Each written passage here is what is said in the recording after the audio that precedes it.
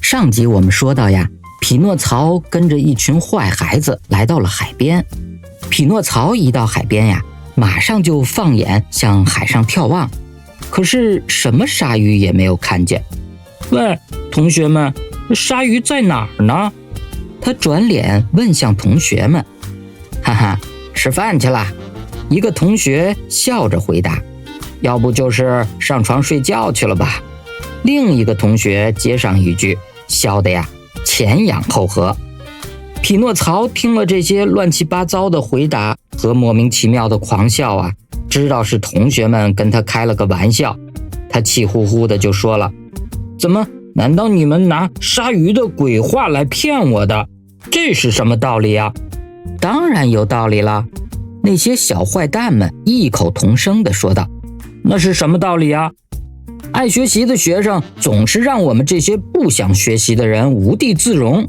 你上课那么认真，迫使我们在老师面前丢人现眼。那我该怎么做才能让你们开心呢？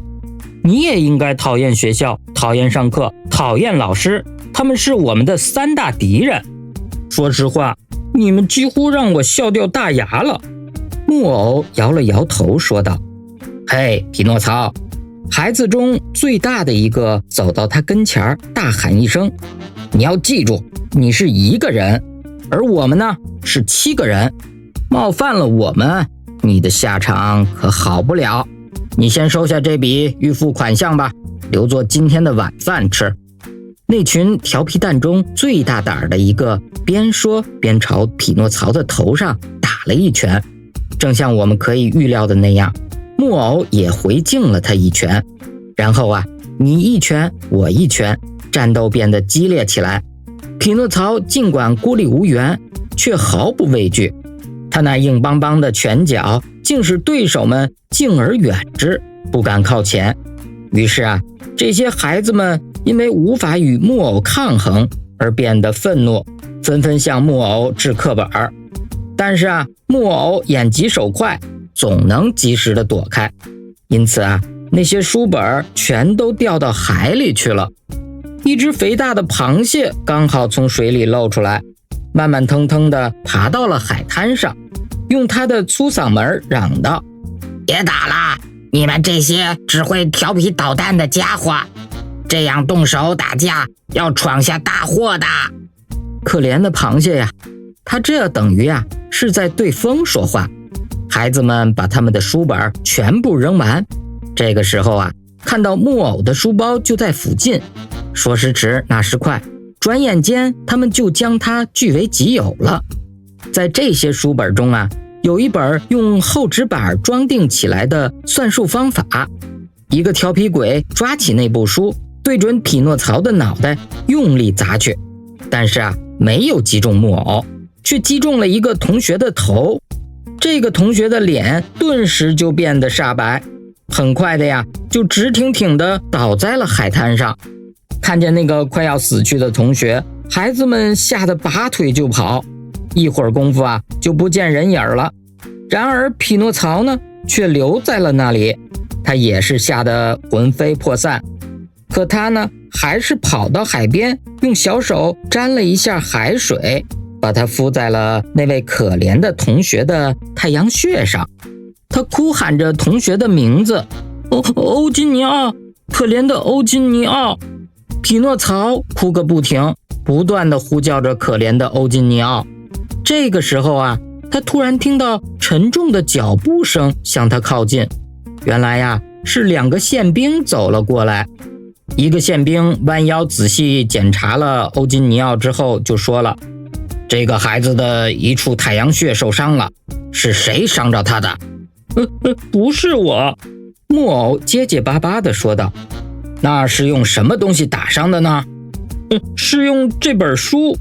木偶从地上捡起了那本算术方法，出示给宪兵。那这本书是谁的呢？是我的。这就够了，马上跟我们走！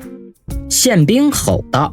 动身之前，宪兵们叫住了几位渔民，托付他们照看这个头部受伤的男孩子。然后他们转向匹诺曹，把他架在中间，以大兵的口气命令道：向前进，快步走。这个可怜的小家伙觉得仿佛做了一场噩梦，他的视线模糊，两腿直打哆嗦。虽然是处于愚笨和惊愕之间，但呀，他还是感受到了撕心裂肺般的难受，因为想到他必须从他善良的仙女窗户下走过，他宁愿死去。就在他们走到快要进入村镇的地方的时候啊，一阵狂风刮走了匹诺曹头上的帽子。我可以捡回我的帽子吗？木偶问宪兵。去吧，做事要快点。木偶去了，捡起了帽子，可是他却把帽子放在嘴里，飞速地朝海边跑去，就像枪膛里射出的一颗子弹。宪兵们判断很难追上他，就唆使一条大猛犬去追赶。猛犬和匹诺曹激烈地赛跑着，沿途掀起了滚滚尘埃。在这场你死我活的赛跑中啊，已经到了千钧一发的时刻。匹诺曹心想，这回死定了，因为啊，他已经感觉到了这条恶犬呼出的热气儿了。幸亏这个时候啊，到了海边，木偶扑通一声就跳到了水里，而那条恶犬呢，跑得太快了，脚步收不住，跟着他呀，也扑通一声落到了水里。这只倒霉的狗啊，不会游泳，在水里挣扎着，汪汪叫。救救我，小匹诺曹！这个叫声啊，十分的悲惨。木偶禁不住心软了下来，于是啊，就游到了狗的身边，把它拉上岸来。万分感谢您救了我的命，小匹诺曹。狗说道。善有善报，一有机会我会报答您的。他们告别之后啊，匹诺曹继续靠着岸边游。突然呢，他看见礁石上有个山洞，山洞里冒出烟来。匹诺曹想上去把身子烤干，暖和暖和。